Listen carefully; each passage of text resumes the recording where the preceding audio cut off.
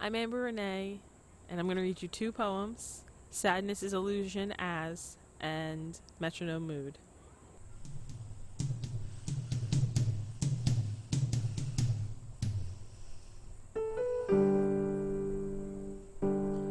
Sadness is illusion, as happiness is illusion. Does deep burning anguish bring illumination to the soul? The all is false, for the all is mind. It's in this universe of illusion that we're bound to perform. Souls matter. Tears splatter against warm cheeks, our bodies, mere modes of transportation. Strung up marionette experience is non-existent, in that only thought may happen. Souls of subtle sound reality eternally incubate separately, the types of light years we could never touch nor time. Consequence, hallowed be thy name, is non-important, saying only choice can matter. Sin is all illusion, the way grace is just a single facet of mathematics. It is us, it is in us, that sensation, frictions, creation, sinning. Then again, it's also us, just us, that sin begins in the first place. It's in us, who have stolen senses, enthralled and dominated, made a mess of foreign tenses, existence, counted, administrated for, our hands messy with massacred lore. I tell you, the all is relative, for the all is mind. It is we who suffer, like addicts for a touch of just us. Would that be enough? We don't have a choice, though. The opportunities are endless. Consequence is non-important, only choice matters, but it seems it's this so-called consequence that we're bound by.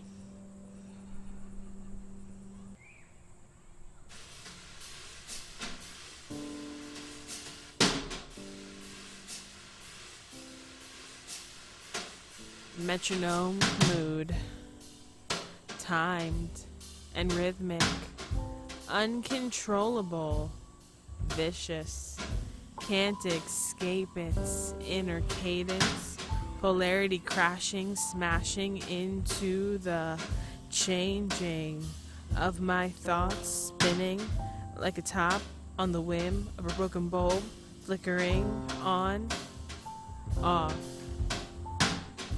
In my brain, switching, swinging between the lows, the highs, life's constant doing, moving, ocean, rocking, grooving, back and forth the brain as we call it, swimming through cranial moon. Amniotic ether. In pools we swim the excess of counts. In swells we'll drown in unhearable sounds. They'll see us sleeping or keeping our heads down, bleeding slow to make it count. 1, 1,000, 2, 1,000, 3, 1,004. Numbing with numbers, counting up from whence we were born. 24, 25, 26, 27, 29. So gorgeously brain dead, so lovely in red, so now storms of vile thinking can't infiltrate again. So stunningly bruised, unable to move, proves seizures of mood, seizures of mood, seizures of mood, seizures of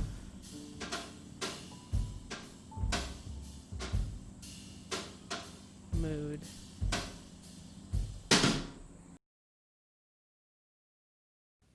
Hi friends, I'm Nathalie Anderson, and I'm going to try fitting in 3 poems. First, a pair from the Mad Poets Ekphrastic Anthology, and they really are a pair, written purposely to speak to each other. The first responds to Claude Monet's Water Lilies in Japanese Bridge, this familiar painting. It's called Water Lilies from Above.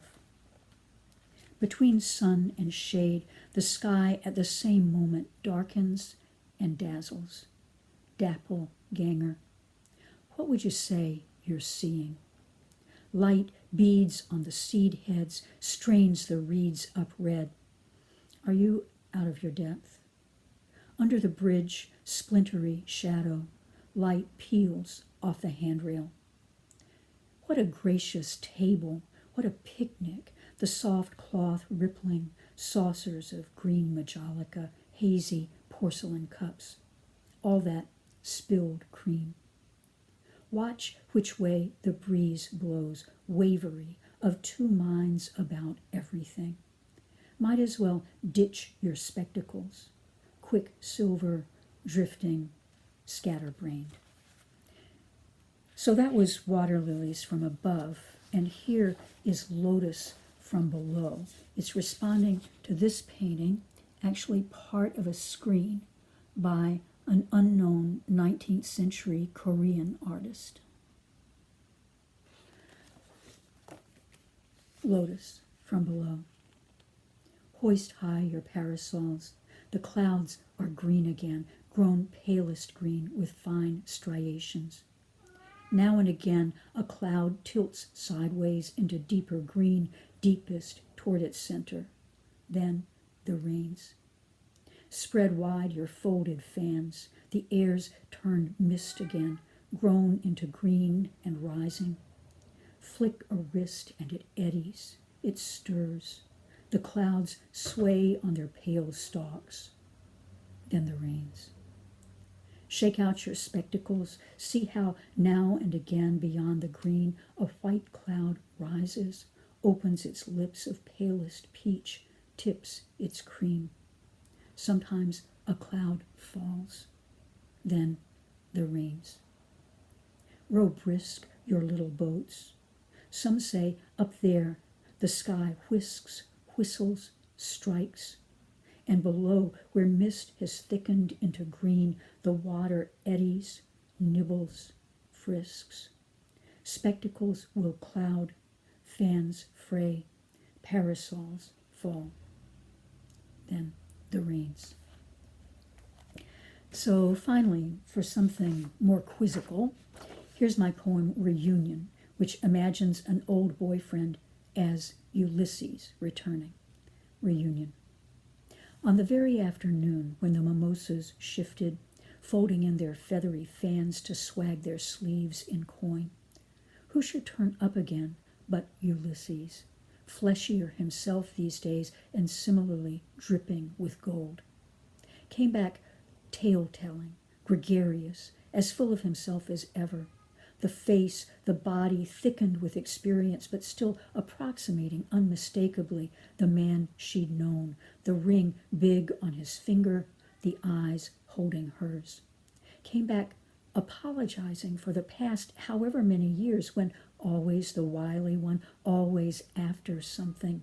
He'd used her ill, he said. Then back to his tale of mayhem, all of it certainly diverting, though from what did he divert her? On the very afternoon when the cicadas stilled themselves for whole unsettling minutes while the winds changed their courses, she stood there, similarly stunned, caught strangely wrong-footed, not sure what she should be feeling. How had her story turned into one of his, the nostalgia so thick on the air he was near to weeping with it?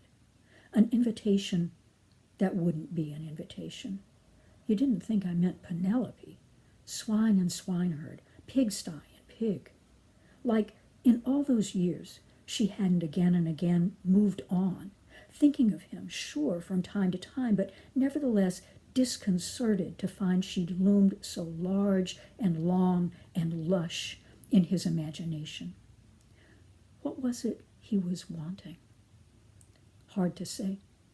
War had made him more strategic. And what might she make of him? If they first met today, would even their bodies speak? She thought so. Maybe. Way past flirtation. Drowned out by the cicadas among the crass mimosas. Thank you.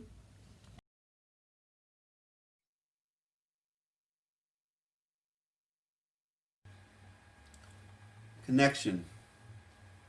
Take the words out.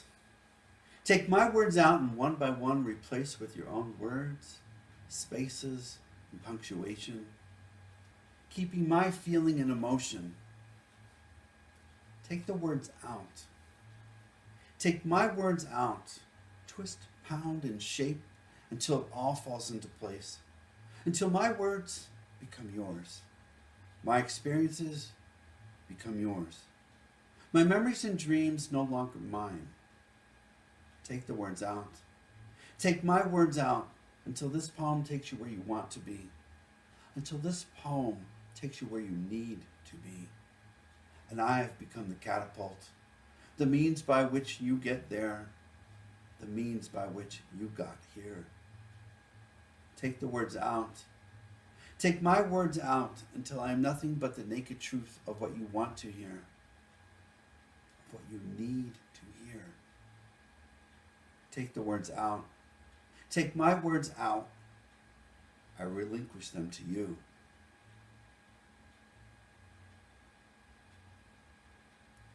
Beyond a bend in the river, lost to all reason and ethics, another peace, another war lay dormant, struggling for power in the house of forgetting. Chaos spits on the serpent that slithers naked in the Garden of Eden, while the soul searches the electric mirror for a severed wasp whose wings have touched fire.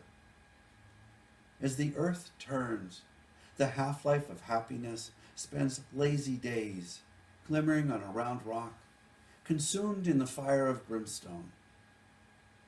Cool nights beneath an angel's wings are past memories draped in confusion. After the war and the age of alienation, grace holds hands with the last Adam. Aftertaste. Inhale the sweet scent of orange flesh. Recall your perfume, its fragrance trapped in cranial cavities. Peel back pock rind, retrieve your memory, hidden treasure like the fruit inside. Halved along the horizontal, spy juicy petals of sun-kissed flower. He loves me. He loves me not. I bite into the citrus delight, recoil in pain from the tart tang of unripe fruit, unripe love. Squint back my tears. He loves me not. Bitter memories, the aftertaste remains, and the bitten fruit lies fallen on the ground. Together, our hearts in sync, in love we fall. In sync we dance, we sail. In love we rise, we soar. We fall, we hurt, we heal. Robert's Lament. After you died, I dreamed about you nightly, watched you sleep in the soft glow of heaven, your face bright from the halo, and I held you as tight as I could, for as long as I could. When you were alive, I would watch you sleep on the sofa, adjust the brown and beige afghan that kept you warm, retrieve the remote that had fallen by your side when slumber finally took over. Your face bright in the glow of the television.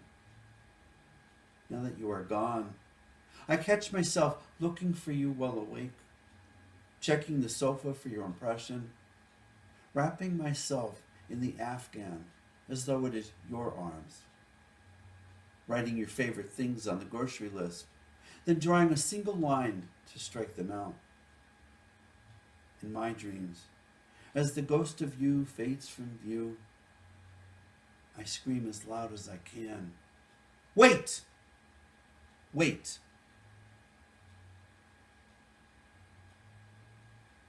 Unbound. Icarus dreamed of freedom. Ecstatic to fly, he lifted up, drifted up, sailed beyond the atmosphere. Warned of the deadly peril, he still tried to reach the heavens. I too want to cut the invisible tether that holds me down. I want to be weightless, cast off the shackles of gravity. My dreams are not made of feathers and wax. When finally released from earthly chains, I will soar.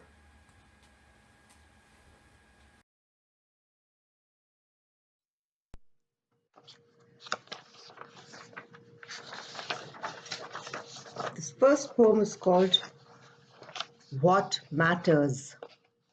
It's been a marvelous week. I've enjoyed 5-star comfort with no domestic chores.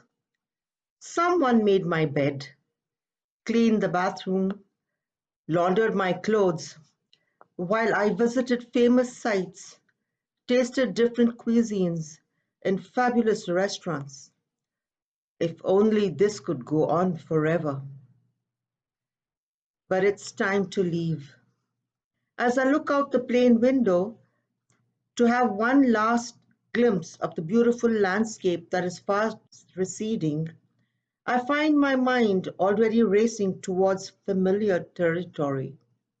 Yes, the territory called home.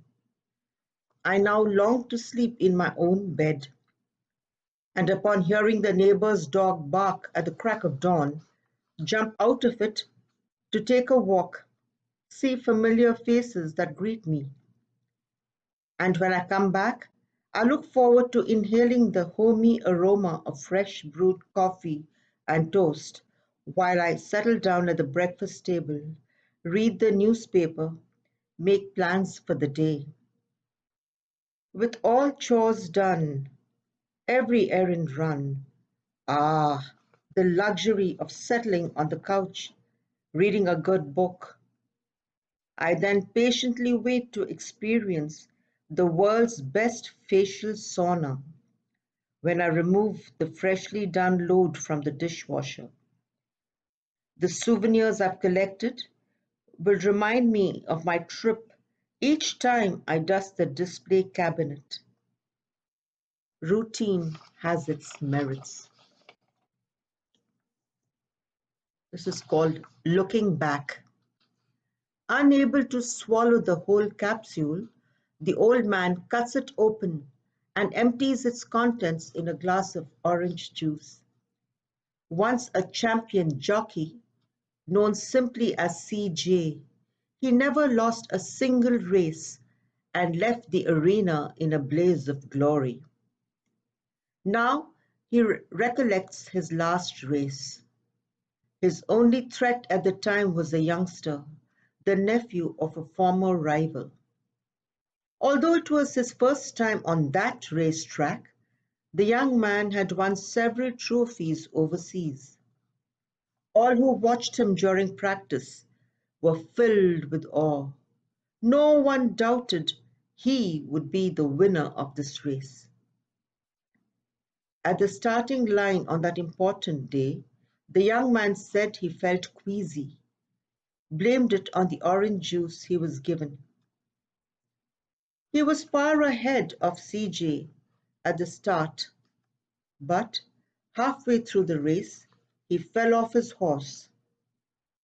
The crowd roared as CJ won the race by several lengths.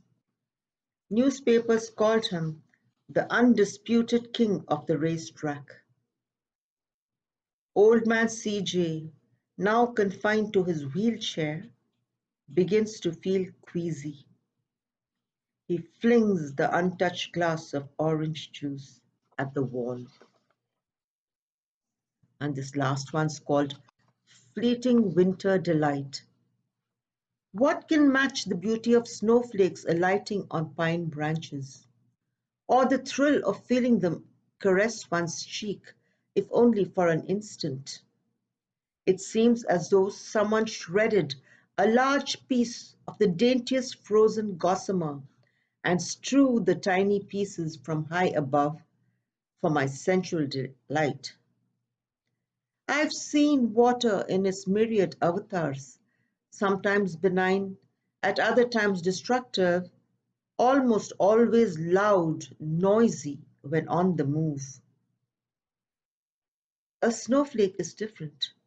It is quiet, its beauty enhanced by its silence. I try hard to study its shape, but it proves elusive. Could it be that it doesn't want me to discern its true nature and hence prefers to self-destruct? Perhaps this most delicate form of creation wants to remind me that some things are, and rightly should be, beyond the realm of human understanding.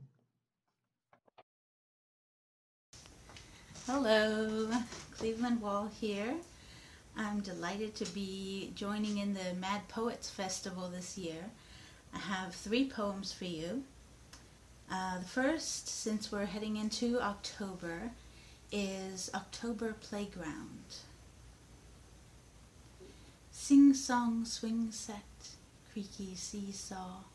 In a mischievous wind we spin shrieking on the merry-go-round, and the ground crumbles soft, breathes a mineral breath from the bones, and the apple-sweet fallen leaves do the dance of death. With a leap and a twirl we pile them high and fly and flop on top and roll in the muffled crinkle rustle till we disappear. It's getting cold. Wood smoke finds us, summons us home. A rakish wind snatches out leaves from our hair and goes back to the park to swing alone. And continuing with the slightly spooky theme for October, the most beautiful fork in the world. The most beautiful fork in the world came to him forlornly besmirched with the darkness of a graveyard where a friend had found it. It seemed to want the wistful youth, and so was given him as a present in an eyeglass case with a glass eye. His polishings could not restore the luster to its piquant tines, nor cloth and ashes lift the pall from silver arabesques. So he put it underneath his pillow, companion to dolorous dreams for the winter. One morning, following a fitful night, the youth drew from beneath his pillow the most beautiful fork in the world, which gleamed like the lining of an expensive cloud. He pitched his ordinary forks into a remote haystack. The youth soon learned how to make an exquisite lemon meringue pie, light as sunshine itself. This he served to guests with his lone shining fork, delighting in its mysterious redemption. And lastly, following up on the wistful youth theme, I have a poem that the incident of this poem is from way, way, way back when I used to live in San Francisco. And this poem is called Tim. We met at the Horseshoe Cafe, and I asked his name. It isn't Tim, is it? He was taken aback. Why should it be? Oh, seemed a fair bet, I said. We were neck-deep in Tims, some kind of efflorescence of Tims. Tim the bartender, Joy Buzzard, Tim the pizza man, the drummer. His name was Peter, he said. He was new in town from, I forget where, pasty pale, and all in black except the light brown roots of his hair. We took a walk around the lower Haight. It was summer, white sky all day, no shadows, and met a friend of his coming up Pierce Street who said, "Hey, Tim." And he winced. I didn't let on I'd noticed, though he could guess what with the recent spate of Tims. We idled a little while after that, then I had to go to work. He headed down towards Church Street, and that was the last I ever saw of him. Dear Tim, wherever you may be, I am wishing you the rarest of days.